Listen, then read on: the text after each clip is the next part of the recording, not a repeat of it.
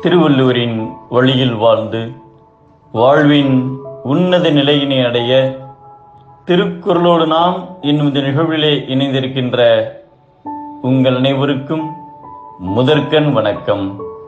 குறள் எண் 534, அதிகாரம் பொச்சாவாமை.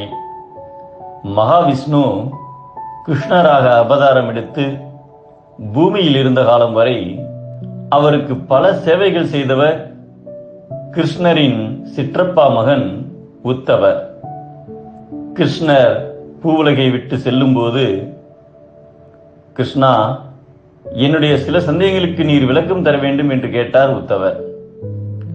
என்ன சந்தேகம் வேண்டுமானாலும் கேள் என்றார் கிருஷ்ணர். உடனே உத்தவர், பாண்டவர்களின் உற்ற நண்பனான இருந்த நீ ஏன் முன்னதாகவே சூதாட்டத்தை தடுக்கவில்லை? சபையில் திரௌபதியின் துகிலுரியப்பட்டு அவள் மானம் பறிபோகும் நிலை ஏற்பட்ட போதுதான் நீ சென்று உதவினாய். ஆபத்தான சமயத்தில் உதவாத உன்னை எப்படி ஆபத்பாந்தவன் என்று சொல்வது என்று ஆதங்கத்தோடு கேட்டார். அதற்கு கிருஷ்ணர், விவேகம் உள்ளவன்தான் வெற்றி பெறுவான் என்பது இந்த உலகத்தின் தர்ம நீதி. இதில் துரியோதனனுக்கு இருந்த விவேகம் தருமனுக்கு இல்லை.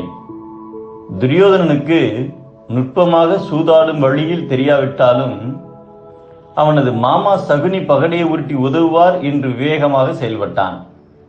ஆனால் தருமன் சூதாடும் விஷயம் எனக்கு தெரிந்தால் அவமானம் என்று என்னை அந்த மண்டபத்துக்குள் வரவேண்டாம் என்று கேட்டுக்கொண்டான்.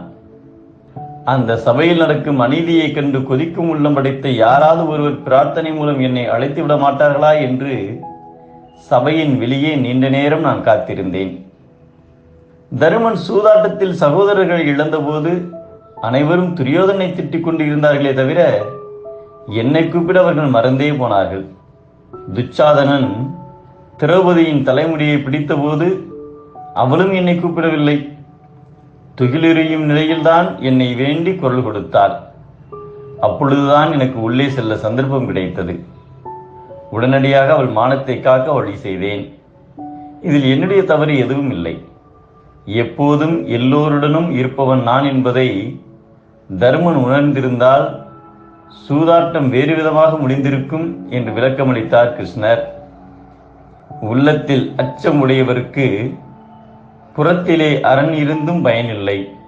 அதுபோல மறதி உடையவருக்கு நல்ல நிலை வாய்த்தும் பயனில்லை என்பதை அச்சமுடையார்க்கு அரண் இல்லை, ஆங்கில்லை பொச்சா புடையார்க்கு நன்கு என்கிறார் நம் தெய்வப்புலவர் திருவள்ளுவர். மறதியும் அச்சமும் பலவீனம், தைரியமும் ஞாபக சக்தியுமே பலம்.